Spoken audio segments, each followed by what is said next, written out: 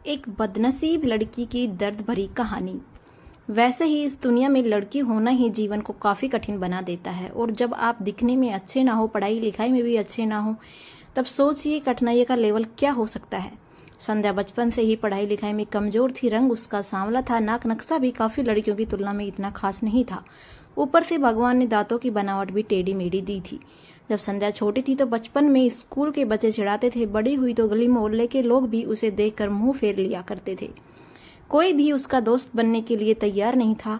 उसका रिश्तेदार भी कुछ खास उन्हें भाव नहीं दिया करते थे। बस एक उसकी माँ थी, जिससे उसकी सूरत या लुक से कोई फर्क नहीं पड़ता था।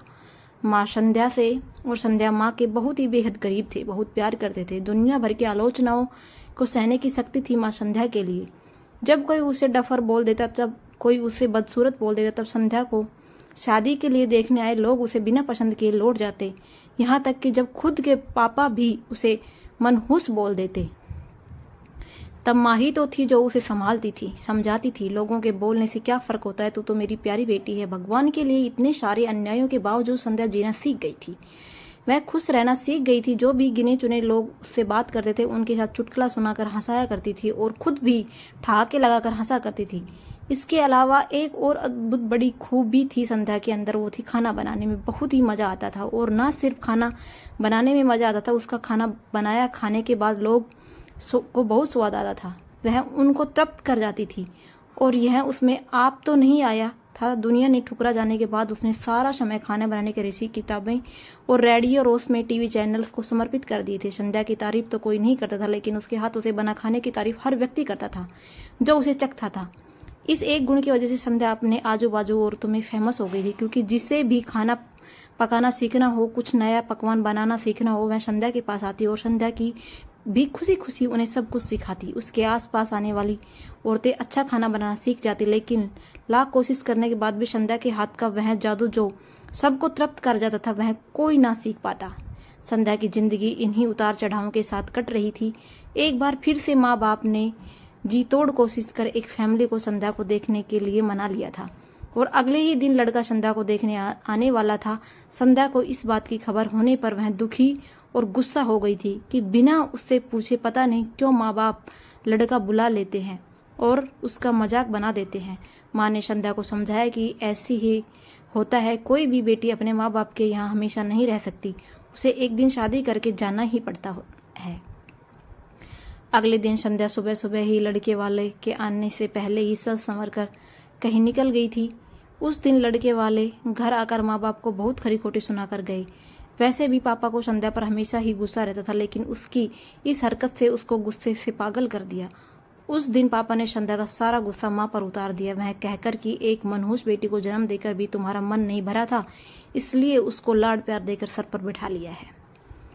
और हमेशा अपनी बेटी के सारे बारे में गलत बोलने वाले से नाराज रहने वाली माँ आज खुद संध्या से नाराज हो गई थी, और वह अब संध्या के घर वापस आने की बेसब्री से राह देख रही थी ताकि अपना गुस्सा उस पर उतार सके।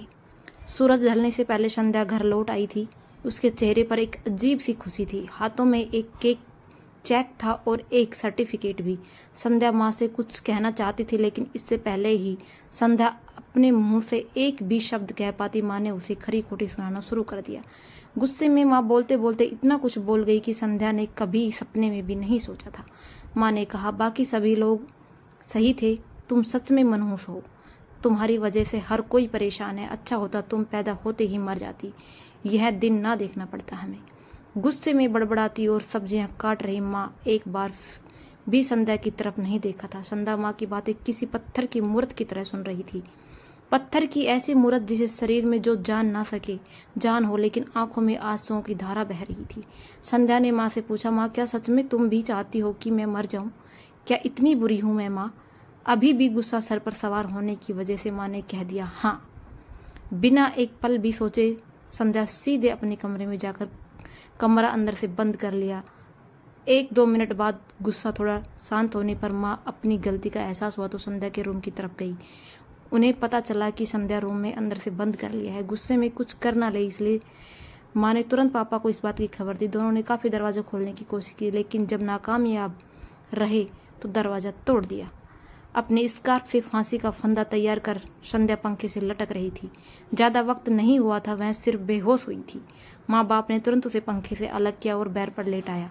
पापा ने तुरंत डॉक्टर को फोन किया। तब माँ का ध्यान बेहोश पड़ी संध्या के हाथ में पकड़ी एक चिट्ठी और पास में ही पड़े 5 लाख के चेक और 5 स्टार होटल में सेफ की नौकरी के लिए कन्फर्मेशन लेटर पर पड़ी तो संध्या अपने साथ लाई थी। माँ और पापा ने वह चिट्ठी खोलकर पढ़ी तो उसने अभी अभी लिखी थी। चिट्ठी कुछ इस प्रकार थी। मम्मी और पापा, मैं जानती हूँ मेरे जन्म से लेकर आज के दिन तक मैंने ऐसा कुछ भी नहीं किया जिस पर आप गर्व कर सके, लेकिन मैं आपको बताना चाहती हूँ कि आज मैं खाना पकाने के नेशनल लेवल कंपटीशन को जीत चुकी हूँ और यह 5 लाख का चेक मुझे प्रथम स्थान पर आने के लिए मिला था। जजीज जो मेरा खाना इतना पसंद आया था कि उन्होंने मुझे एक बहुत बड़े होटल के बतौर मास्टर शेफ की नौकरी के लिए कन्फर्मेशन लेटर भी दे दिया था। पूरी दुनिया मेरे खिलाफ है, मुझे इस बात का कभी भी फर्क ही नहीं पड़ा था और माँ ही बाबूजी की कड़वी बातें मैंने अपने दिल पर ली थी, क्योंकि मैं जानती थी बाहर से सख्त दिखने तेरे बाबूजी अंदर से तो मुझे प्यार ही करते थे। प्यार ना करते होते भी बिना मांगे मुझे कपड़े, मिठाई, पटाखे ये सब ला कर देते थे। माँ के प्यार को कोई क्या बयां कर सकता है। मेरी माँ मेरे लिए मेरी सारी दुनिया थी। जब माँ मेरे साथ होती तो मुझे किसी बात की परवाह ना होती थी। मेरी माँ मेरे लिए, इसलिए मुझे किसी और की ज़रूरत ना थी। मेरी माँ मेरे साथ नहीं है तो दुनिया मेरे साथ नहीं है, इसलिए मैं आज दुनिया को ही अलविदा कहने जा रही हूँ। मैं जानती हूँ आपने कभी ना कभी भगवान से यह दुआ जरूर मांगी होगी कि अगले जन्म में मेरे जैसी औलाद ना मिले, लेकिन मैं हमेशा यही प्रार्थना करती हूँ कि अगले जन्म में मैं तो क्या, मेरे हर जन्म में मुझे आप जैसे माता पिता मिले। और आज भी यही प्रार्थना करके उसी भगवान के पास मैं जा रही हूँ। चिट्ठी पढ़ते पढ़ते माँ और पापा के सर से पाँव तक पछतावे में डूब गए थे और बेहोश पड़ी संध्या के सर पर हाथ फेरते हुए फूट फूट कर रो रहे थे। दोस्तों, पूरी कहानी पढ़ने के लिए धन्यवाद। मैं जानती हूँ यह कहानी आपके दिल को छू गई है। मैं उम्मीद कर सकती हूँ कि आप सब अनजाने में किसी भी व्यक्ति का उसके बाहरी लुक्स की वजह से दिल नहीं दुखाएंगे। यही मेरी आपसे विनती है, क्योंकि शक्ल सूरत मायने नहीं रखती, मायने रखते हैं इंसान के कर्म।